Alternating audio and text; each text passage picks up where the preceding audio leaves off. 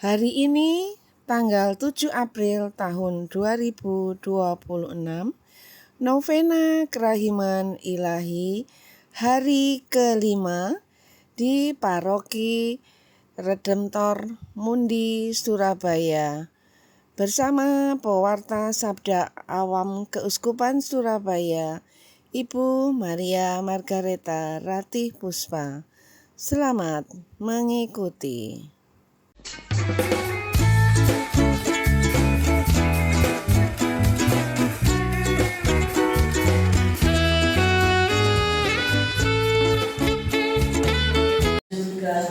Dimuliakanlah namamu, datanglah kerajaanmu, jadilah kehendakmu di atas bumi seperti di dalam. Panjang hidupku, Engkau andalanku. Shalom. Shalom. Ya, apa kabar semuanya hari ini? Baik. Ya, alhamdulillah. Hari keberapa hari ini? 5. Hari 5. Berdoa untuk apa? Memisahkan diri dari gereja Katolik. Ya. Nah, kira-kira tahu nggak ya orang yang sesatnya gimana? Jadi yang kelima tadi sudah dibaca sama Bu Ibu Dwi ya. Jadi jiwa-jiwa orang yang memisahkan diri dari gereja Katolik atau orang yang sesat atau tersesat. Ya. Nah, kalau kita melihat dari Efesus 4 ayat 17 sampai 19 itu yang dimaksud dengan orang yang sesat itu adalah orang yang tidak mengenal kasih Allah. Hampir sama dengan yang hari pertama. Hampir sama ya. Tidak mengenal kasih Allah. Dan kalau di Efesus itu dikatakan bahwa berpikir dengan pikiran yang sia-sia karena dia ada di dalam kegelapan. Ya.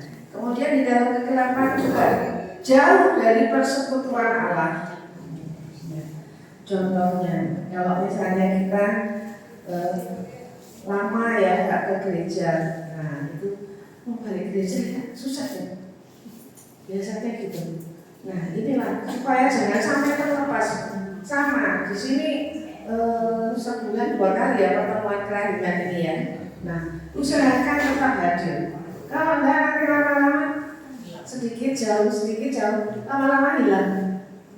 Ya, mungkin ada teman-teman kita yang saat ini harus didoakan. Ya, yang sudah lama nggak hadir dalam pertemuan kerahiman ilahi. Nah, ataupun mereka yang sudah lama juga mungkin tetangga kita kok sepertinya nggak ada pertemuan lingkungan, nggak hadir, kemudian kok sepertinya juga tidak lihat di gereja. Nah, inilah yang perlu kita doakan pada hari ini. Dan juga karena kadang-kadang kita juga seperti bangsa yang dicintai oleh Allah ya, tapi hati kita ini degil dan tegar terus. Ya ini yang susah untuk dinasihati. Nah inilah kuncinya kita sebagai seorang devosa kerahiman ilahi. Siapa yang di sini mau menjadi rasul-rasul kerahiman ilahi di zaman now? Ayo sama katakan ya. Ya, ayo. Sahabat Yesus. Ya, harus berani dan harus mau. Karena setelah kita dibaptis kita sudah menerima apa? Tugas Kristus. Nah, ini tahun lalu kan kita APP ya, tugas Kristus ya toh. Kemudian Advent juga demikian. Kita suci bulan September juga ini yang dibahas. Nah, sebetulnya kan sudah harus dipahami ya. Ya inilah. Jadi semua itu berkaitan erat. Mau ajaran gereja, mau katekismus gereja Katolik maupun di kerahiman ilahi itu semuanya sejajar, linear, semua ada kaitan benang merahnya. Nah, Ya, saya tanyakan sekali lagi, siapa yang mau menjadi rasul kerahiman di zaman Nuh? Ayo angkat tangan. Ya, terutama yang masih muda-muda ya. Nah, itu. Ya, ini yang perlu didoakan kita sekarang ini adalah orang yang tegar tengkuk, keras kepala kan memang keras ya. Kampuk ya. Nah itulah yang kadang-kadang hati Yesus itu sangat teriris dan sangat sedih melihat orang yang seperti ini loh. Padahal Yesus itu selalu memberikan rahmatnya, memberikan anugerahnya, dan semuanya sehabis-habisnya kemarin Jumat Agung. Ada yang tersisa nggak sama Yesus? Nggak ada yang tersisa. Bahkan itu diberi, nah ini adalah hanya untuk kepatutan aja. Lepas semua nggak ada. Coba bayangkan, nggak punya dosa, nggak punya salah, ya. Nggak dibandingkan dengan kita coba kalau kita kesenggol sedikit aja gitu sudah, wow, ya. Kayak Romo Joko kagetin, iya. Jadi kalau misalnya apalagi kita sebagai seorang devosan ya sudahlah. Kalau disenggol, kalau meskipun itu kadang kita dibilang dijahatin, kita tidak berbuat salah, tapi kita dibikin seolah-olah kita yang bersalah. Semua diterima saja dengan senyum. Nah, Yesus ada loh di buku 1101 kalau nggak salah itu. Kamu tidak perlu membantah dan kamu tidak perlu untuk mencari-cari alasan untuk alibinya diri sendiri, dan juga tidak perlu seandainya itu adalah memang hakmu, tidak perlu meminta. Nanti aku sendiri yang akan bertindak. Jadi itu yang buat kita punya pegangan. Kalau saya pegang. Semuanya memang yang dijanjikan oleh Tuhan itu adalah ya dan amin. Ya, di dalam kitab suci ada 3.500 loh janji Tuhan. Dan juga belum lagi di buku harian Santa Faustina. Kan di sini ada grupnya untuk membaca. Cuma 3 nomor loh itu. Entah kapan itu. Iya. Kalau 1 hari 5 itu aja selesainya kira-kira setahun lebih, hampir 2 tahun. Karena jumlahnya 1828. Nah itu. Yuk mulai lagi, sekalipun di tengah-tengah nggak apa-apa. Wis ikut aja. Pasti kita akan semakin dijernihkan. Kita semakin hati kita yang mungkin tadinya mungkin keras kepala dan lainnya itu ya akan dilembutkan. Nah, dilembutkan, kita mau menuju kepada hidup yang kekal. Tapi katanya masih enak di sini ya, nggak mau balik sana. Ada yang mau besok kembali kepada Tuhan? Itu Anda berkita sama siapa belakangan? Ya. Apabila kita ini sudah setiap hari ya membersihkan diri kita. Nah sekarang saya mau tanya, mengaku dosa kapan? Berapa lama sekali? Tunggu nafas. Natal dan Paskah. Rombongan ya. Nah, janganlah kalau rombongan gitu kadang-kadang kan cepet-cepetan ya. Nah, sebaiknya ya minimal lah sebulan sekali aja sudah banyakkan, lupa nanti dosanya ya. Jadi seminggu sekali lah. Nggak tahu di sini setiap hari apa ada pengakuan dosa.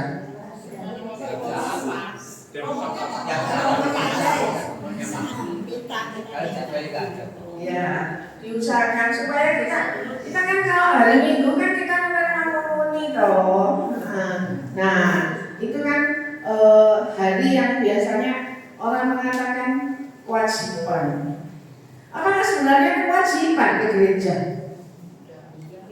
Iya, bisa jawab atas hadiah. Cek semangat. Ya, ayo apa?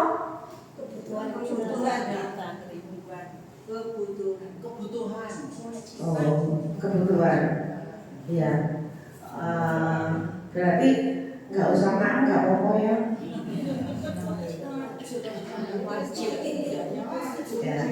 Itu adalah undangan dari Yesus Kristus untuk kita manusia, untuk hadir di dalam pestanya. Nah, ini ya, hadir dalam pestanya Yesus. Tapi kadang-kadang kalau bilang pestanya Yesus, waduh, kalau seumpamanya ada wali kota, Pak Eri ngundang pas minggu, milih mana?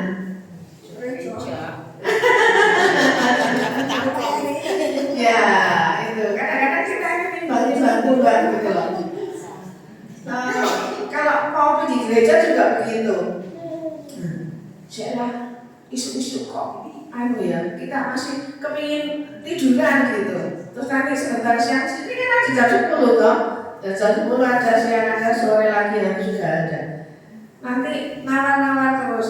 Aduh, jam 10 kok tempat filmnya bagus ya di TV. Nah, gak jadi lagi. Terus nanti sore, lah kok hujan. Loh, gak jadi lagi. Ya toh. Itu kalau kita kebanyakan nawar itu seperti itu. Ya, jadi kita tidak boleh seperti orang yang sesat. Itu lama-lama ini terpisah dari gereja Katolik kan? Coba. Terus nanti nggak bisa mingguan, apalagi bisa harian. Nah, jangan. Karena kalau orang pertama kali memisahkan itu nggak langsung hilang gitu, enggak. Pelan-pelan. Nah, jadi jangan sampailah seperti itu. Nah, kita tuh cenderungnya apa sih? Cenderung memberontak, cenderung membantah, cenderung melawan. Apalagi kalau misalnya yang memberitahu atau yang menegur itu enggak enak di hati, ya sudah langsung cuek gitu. Iya Pak ya. Iya. Tapi kita harus melembutkan hati kita. Harus melembutkan hati kita. Nah, kalau kita mau melembutkan hati kita dengan kemampuan sendiri, gak mampu. Tapi kita minta, Yesus tolong saya ingin meneladan Engkau. Pasti bisa. Kalau tidak bisa kan nggak ada sangka-sangka toh. Ya, nah bisa. Yo, yang penting kita mau. Dan kemudian kita juga mau melakukan bagian kita. Nah, Tuhan pasti memberikan.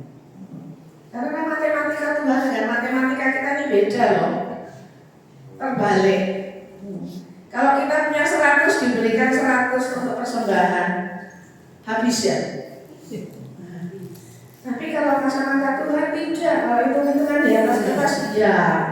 Tapi kalau matematikanya Tuhan punya 100, diberikan 100, nanti kita masih punya lagi 1000. Itu matematika Tuhan itu luar biasa. Jadi kan kalau orang bodoh dibanding dengan orang pandai, mesti menang orang pandai ya. Tapi kalau orang pandai, orang pintar, masih kalah sama orang hoki, laki. Nah, ya itu luar benar ya Bu ya. Ada orang yang begitu, jadi berusaha gitu ya, setengah mati, tapi kok ya begitu-begitu aja nggak bisa. Nah, karena bukan hanya dengan kemampuan diri kita sendiri, tapi kita harus mengandalkan Yesus ya. Yesus, engkaulah andalanku. Ayo dilakukan apa enggak itu? Apa cuma buat pajangan? Ayo. Jangan dibuat pajangan. Ini adalah yang harus kita lakukan dengan benar-benar. Kalau kita benar-benar mengandalkan Tuhan, Tuhan yang akan turun tangan. Ya, kita sudah angkat tangan, Dia yang akan turun tangan. Percaya, yakin, dan amin. Jangan enggak sampai percaya gitu. Nah, jiwa-jiwa inilah tadi yang dibacaan itu apa? Jiwa-jiwa inilah sangat menyakiti dan mengoyakkan hati Yesus.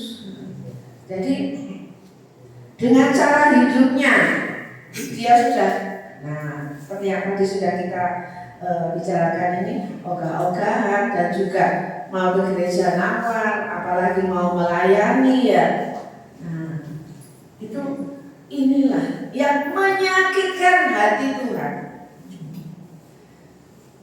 Makanya harus kita mendoakan orang-orang yang semacam ini. Padahal kerahiman Allah itu terbatas atau enggak? Kerahiman Allah tidak terbatas. Sekalipun dosamu merah seperti kermisi ataupun seperti kesumbar, akan diputihkan seperti salju ataupun bulu domba. Semakin kita dosanya berat, semakin kita harus mencari Yesus. Yesus saja selalu mencari kita. Ada 100 ekor domba, hilang satu, dicari enggak? Ya ini domba yang tersesat atau yang meninggalkan kawanannya. Nah, di sini supaya agak lebih konkret ya seperti ini. Ya ini loh yang dimaksud yang melepaskan diri dari gereja Katolik ataupun yang tersesat. Nah, ya kita harus cepat-cepat kembali supaya tidak terlalu lama meninggalkan, nanti benar-benar hilang. Ya. Nah, kemudian Yesus juga sangat merindukan jiwa-jiwa yang seperti ini. Apakah kita sebagai perpanjangan tangan dan kasih dari Tuhan? Aduh, iku dikandani itu gak bisa diberitahu, gak bisa diajak, terus kencang gitu. Terus apa tindakan kita? Sebulan, ya kita harus, kan kita punya 3 tingkatan doa apa ayo? Ayo. Nah, KUD-nya, yo lupa ya, sudah berapa puluh lama pertama kali. Karya atau perbuatan, ya. Ayo Bu, anggerejo. Nah, terus ya kita sudah melakukan. Nah, kemudian juga sudah dengan ucapan, sudah, tapi nggak mempan, ya toh? Ya udah, terakhir dengan doa biar dia yang bekerja, ya kan? Seperti Apolos mewartakan, kemudian nanti Paulus yang menyirami. Siapa yang menumbuhkan? Tuhan yang menumbuhkan. Jadi kita sudah nggak bisa apa-apa kalau misalnya orangnya bertegar hati, keras kepala atau kepala batu. Ya sudah, kita nggak bisa, hanya kita bisa mendoakan. Ya, itu 3 tingkatan doa. Selalu buat salam supaya saya juga selalu mengingat. Salam KUD dan ABC Kerahiman Ilahi. ABC-nya tahu ya?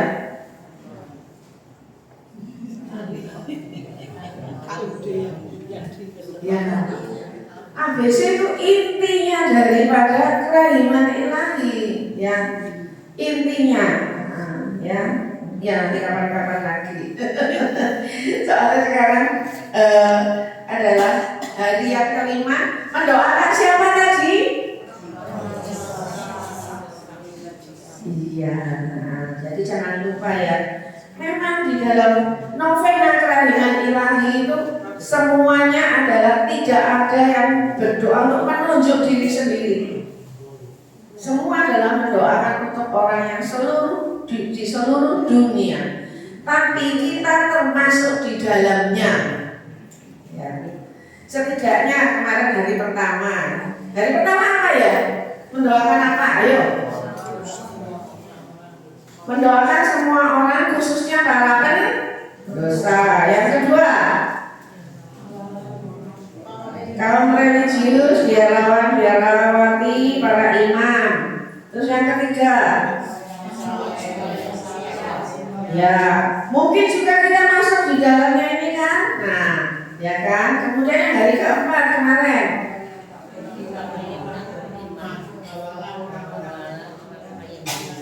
kita termasuk nggak di dalamnya? Ya, dan juga jiwa orang saleh dan seterusnya itu kita masuk di dalamnya. Cuman hari kedua kita nggak masuk, ya. Nah, dan juga hari ke-8 jiwa-jiwa di purgatorium kita nggak didoakan karena masih menginjak bumi, ya. Begitu ya. Nah, hari ke-9 mungkin termasuk yang suam-suam kuku. Nah, jadinya kalau ikut Tuhan itu harus hitam atau putih, jangan abu-abu. Kalau abu-abu akan dimuntahkan dan juga tak diakui oleh Tuhan. Tidak bisa, kakinya satu kanan kiri ini di dua perahu, kejegur nanti. Ya, baik. Jadi yang kedua tadi itu kasihnya, pertama kasih tak terbatas ya oleh Tuhan, dan Tuhan selalu merindukan kita untuk diselamatkan. Nah, oleh karenanya Dia minta hari ini kita untuk mendoakan, ya. Nah, belas kasih Tuhan itu tanpa batas. Nah, kalau misalnya kita berdoa, jangan, kalau kita berdosa, jangan sampai kita ini malah takut datang kepada Tuhan. Datang kepada Tuhan, sujud minta ampun. Nah, habis itu kita didamaikan kembali dengan Tuhan. Ya, Yesus kan jembatan antara manusia dan Allah Bapa. Sampai rela untuk menebus dosa-dosa manusia yang bandel-bandel ini. Ya, tapi di sini gak ada yang bandel kok. Sama tempat saya banyak ya. Ya, di sini rekan-rekan tidak ada, semua baik semua. Nah, belas kasih Allah ini supaya apa? Supaya kita ini, jiwa-jiwa kita ini tidak binasa. Ya, tidak binasa, melainkan beroleh hidup yang kekal. Masih ingat ini Monsinyur Supito Wisaksono ini Yohanes 10:10a. Ini dia. Itu juga kita pakai supaya kita beroleh hidup yang kekal dan berkelimpahan. Nah, itulah apa yang harus kita lakukan. Ya, kalau kita punya salah dan dosa ya kita bertobat. Ya, setelah bertobat jangan kambuh lagi. Itu namanya nanti tomat. Ya, habis tobat umat maneh. Enggak ya. Nah, di sini nggak ada kok. Nah, jiwa ini yang sangat membuat Yesus kita tuh sangat menderita. Ya, bahkan tadi dikatakan apa ini? Mengoyakkan hatiku. Kenapa? Karena jiwa ini di dalam kegelapan dan hampa. Oleh karenanya kita harus selalu menolong. Syukur tadi dengan KUD-nya. Yuk kita bergandeng tangan. Nah, ini kan mau digandeng. Nah, kalau yang tidak mau digandeng ini yang agak ribet kita ya. Perlu doakan dulu. Minta kekuatan, kemampuan dari Tuhan. Kalau diri kita sendiri susah, nggak akan mampu. Dengan kemampuan diri kita, percaya nggak akan mampu. Tapi kalau dengan dari Tuhan, pasti kita akan dimampukan.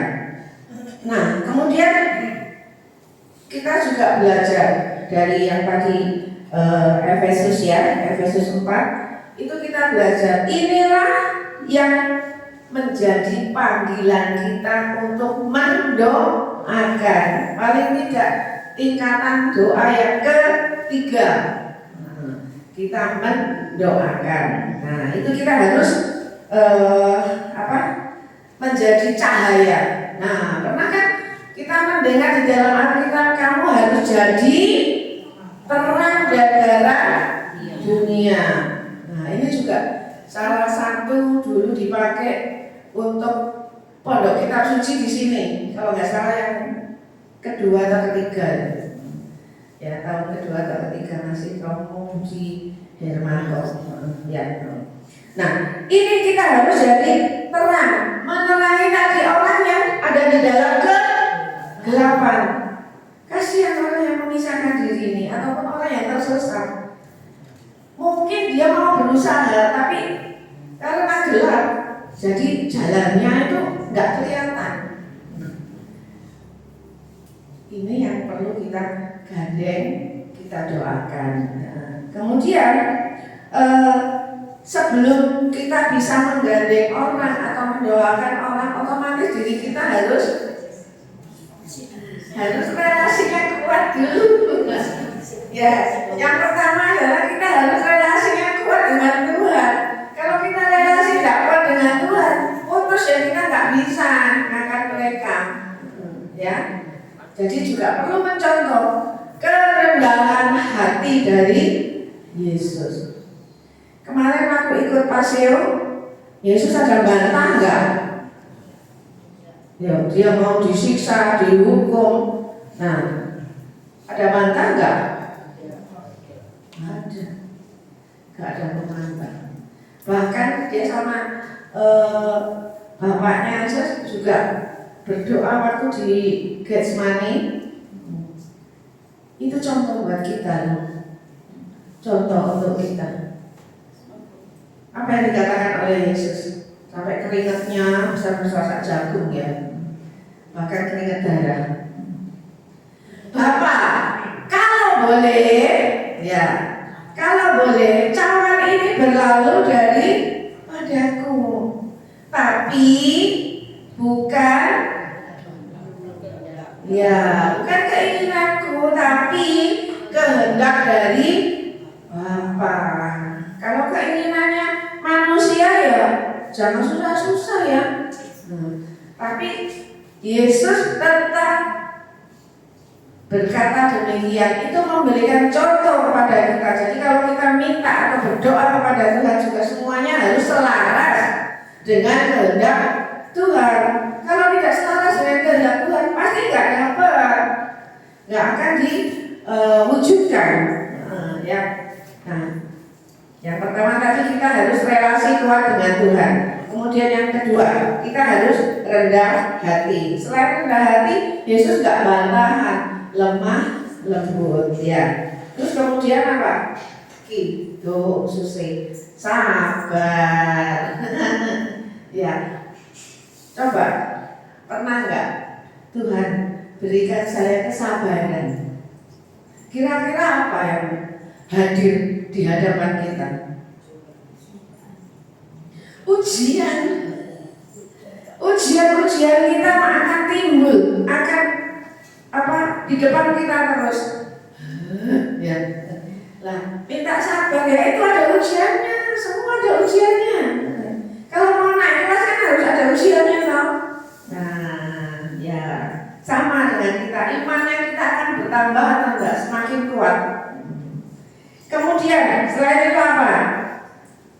Tunjukkan kepada sahabat kita, teman kita, sesama devosan kita, keluarga kita, dan semua sesama kita adalah dalam hal menolong, membantu.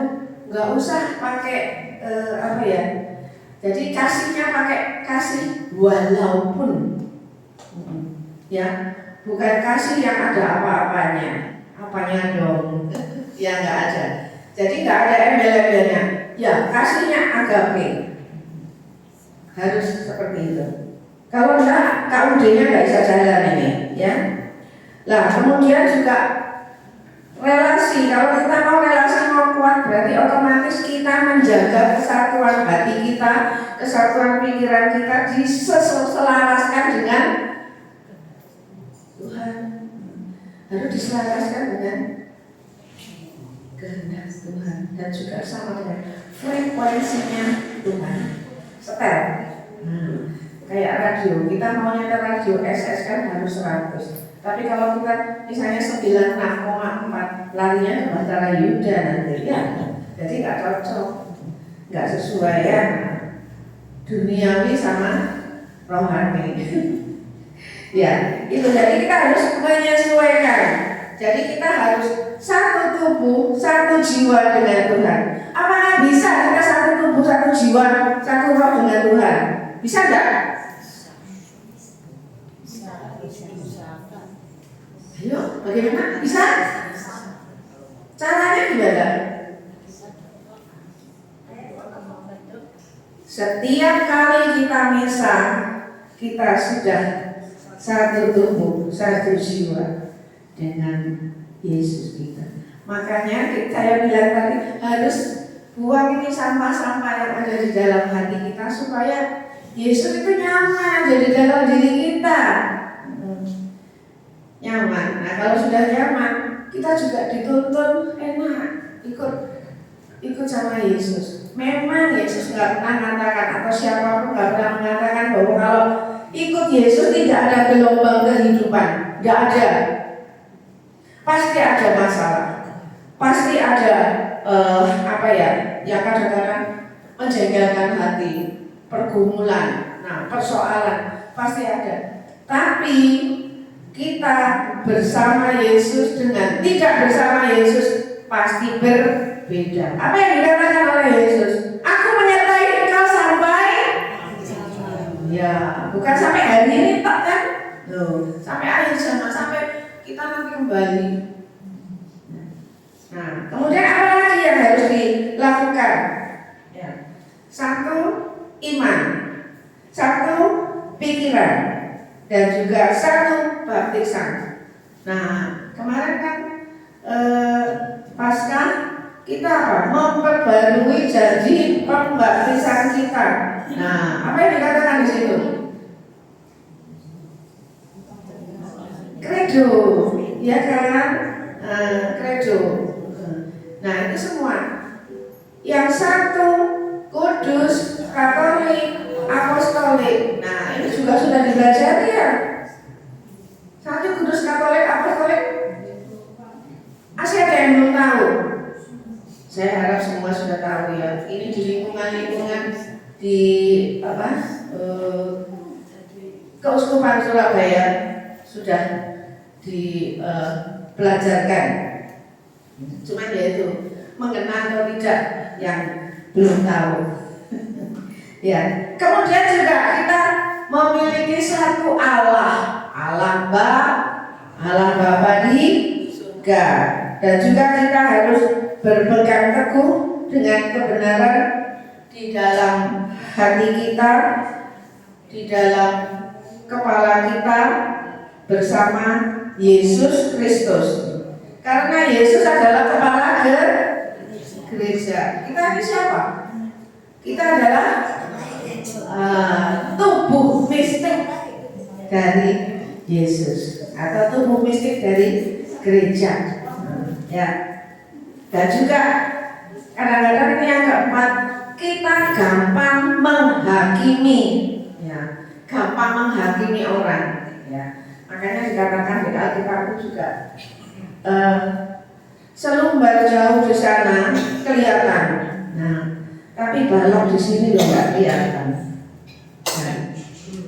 Nah, itu adalah perumpamaan yang sebetulnya kita juga Yesus kok ngomong kayak gitu ya? Itu adalah yang sering kita lakukan. Kalau teman kita atau siapapun sesama kita salahnya sedikit, tapi kelihatannya besar gitu. Tapi kalau diri sendiri punya dosa gede, sidik aja, cuma dikit. Nah, jangan dibalik. Ini sudah sering kali kita ini ditembaki terus dengan ayat-ayat kitab suci. Nah, kemudian mendoakan dengan penuh semangat, tulus, ikhlas, percaya. Nah, oleh karenanya pasti jiwa-jiwa yang seperti ini tidak akan terlalu gelap, karena ada lilin, ada terang cahaya yang menerangi, yaitu siapa? Rasul-rasul kerahiman ilahi di zaman now. Ini tugasnya kita, tugas spiritual kita ya. Jadi inilah Yesus sangat sedih, memang sangat sedih dan teriris. Sepertinya pecah beda nih dari hati Yesus. Ya termasuk gereja kita yang satu kudus dan apostolik itu tadi. Nah, obatnya apa? Obatnya supaya Yesus itu merasa seger, merasa senang, merasa ini. Ya tadi itu.